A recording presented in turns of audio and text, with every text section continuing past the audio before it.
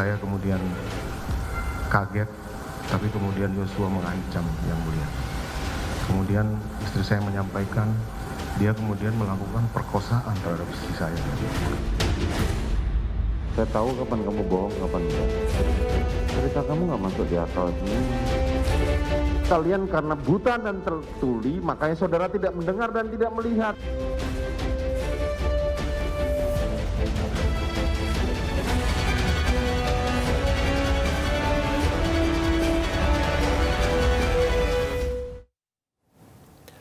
Anda kembali di iNews Prime bersama saya Abraham Silaban. Pemirsa, terdakwa Ricky Rizal Wibowo dan Kuat Maruf menjalani sidang tuntutan kasus pembunuhan berencana Brigadir Joshua. Dalam sidang pembacaan tuntutan, keduanya dituntut 8 tahun penjara oleh jaksa penuntut umum.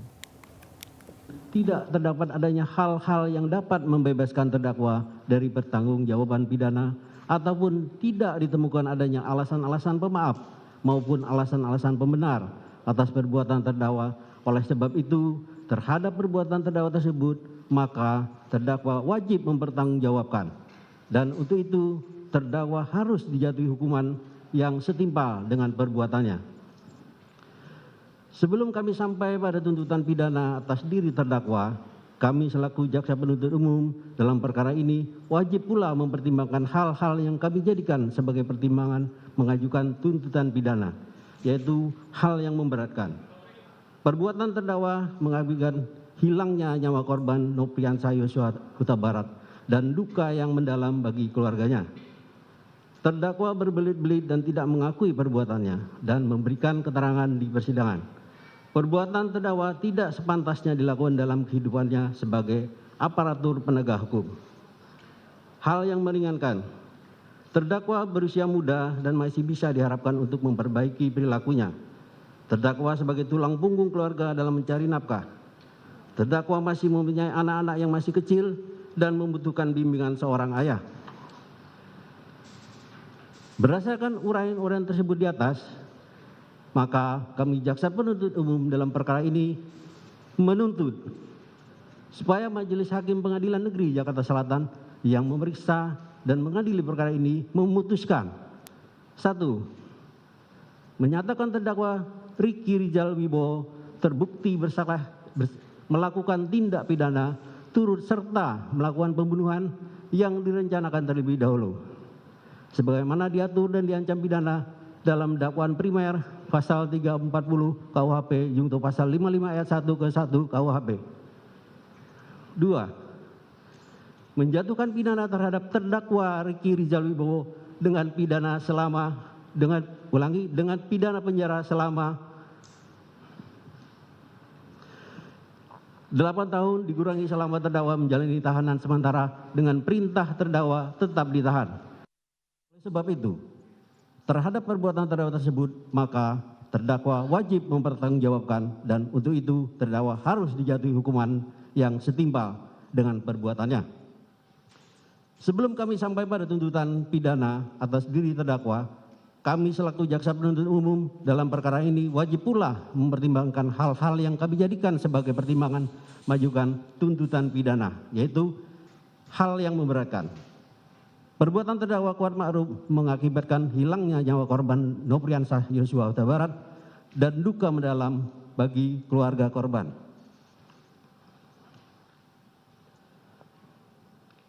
Terdakwa Kuat Ma'ruf berbelit-belit tidak mengakui dan tidak menyesali perbuatannya dalam memberikan keterangan di depan persidangan. Akibat perbuatan terdakwa Kuat Ma'ruf menimbulkan keresahan dan kegaduhan yang meluas di masyarakat. Hal yang meringankan, terdakwa Kuat Ma'ruf belum pernah dihukum. Terdakwa Kuat Ma'ruf berlaku sopan di persidangan. Terdakwa Kuat Ma'ruf tidak memiliki motivasi pribadi dan hanya mengikuti kehendak jahat dari pelaku lain. Berdasarkan uraian tersebut di atas, kami penuntut umum dalam perkara ini menuntut supaya Majelis Hakim Pengadilan Negeri Jakarta Selatan yang memeriksa dan mengadili perkara ini memutuskan: 1. Menyatakan terdakwa Kuat Ma'ruf terbukti bersalah melakukan tindak pidana turut serta merampas nyawa orang lain yang direncanakan terlebih dahulu, sebagaimana diatur dan diancam dalam dakwaan pasal 340 KUHP junto pasal 55 ayat 1 ke 1 KUHP. Menjatuhkan pidana terhadap terdakwa Kuat Maruf dengan pidana penjara selama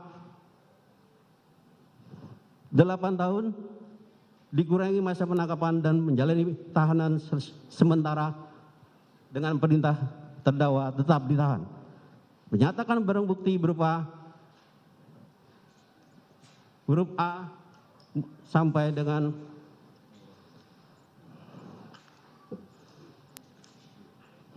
huruf I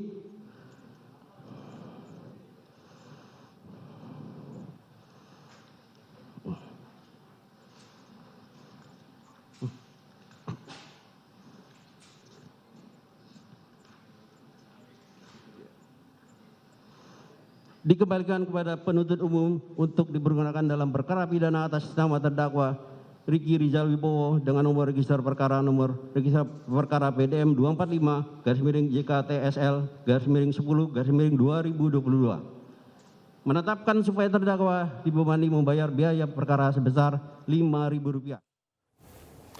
Kuat Maruf dan Ricky Rizal dituntut 8 tahun penjara oleh jaksa penuntut umum karena turut serta dalam pembunuhan berencana yang menewaskan Brigadir Joshua. Apakah tuntutan 8 tahun penjara dirasa adil? Kita akan membahasnya bersama dengan pakar hukum pidana, Ibu Flora Dianti. Assalamualaikum, selamat malam, Bu Flora. Waalaikumsalam, selamat malam, Mas Abraham. Ya, Bu Flora, saya langsung ke pertanyaan mengenai keadilan. Di sini yang merasa tidak adil bukan hanya publik secara umum, tapi jelas-jelas keluarga korban. Pak Samuel Huta Barat yang menyatakan bahwa tuntutan jaksa dirasa tidak adil dan tidak mewakili perasaan kehilangan daripada keluarga. Bagaimana Anda mencermatinya sebagai seorang pakar hukum pidana? Ya, terima kasih Mas Abraham. Jadi begini, dakwaan jaksa adalah yang utama adalah pasal 340 ya, junto 55 ayat 1 ke 1 KUHP. Artinya apa? Artinya di sini ada dugaan pembunuhan berencana. Ya. Pembunuhan berencana itu kalau junto 55 ayat 1 ke 1 artinya dilakukan secara bersama-sama. Jadi ada beberapa orang yang melakukan. Nah, lalu kemudian bagaimana peranan tiap orang ini, nah itu ditentukan dalam pembuktian, ya, pembuktian pidananya seperti apa kemarin. Okay. Nah, sepengetahuan saya dalam dakwaan yang dibacakan jaksa itu penuntut umum Kuat Maruf menyatakan bahwa dia berpartisipasi ya dalam pembunuhan berencana ini dengan cara menutup pintu bagian depan, ya. Lalu kemudian dia naik lantai kedua untuk menutup balkon pintu rumah duren 3. Nah, bagaimana ini peranan si Kuat ini ya dalam pembunuhan berencana ini? Nah, dia kan tidak terlibat langsung dalam sebagai akibat langsung dari pembunuhan tersebut dengan tembakan. Oke. Tapi dia membantu melakukan. Nah, dalam KUHP itu ada 2 kategori. Dia sebagai pelaku, dia sebagai turut serta melakukan tindak pidana, atau 3 dia membantu melakukan. Nah, membantu melakukan ini bisa dikurangi sepertiga sebenarnya. Tetapi karena dia ya si Kuat Maruf ini mengetahui bahwa ada rencana pembunuhan, tapi dia ikut membantu gitu ya, membantunya dalam memberikan saran dan kesempatan itu pada saat dilakukan pembunuhan, maka dia disertakan sebagai turut serta melakukan pembunuhan. Nah, sekarang kalau misalnya peranannya dia hanya menutup pintu, apakah dia memang layak untuk dipidana dengan pidana teratas, yaitu hukuman mati. Nah, ini kan dilihat dari peran serta masing-masing ya. Peran serta masing-masingnya itu bagaimana.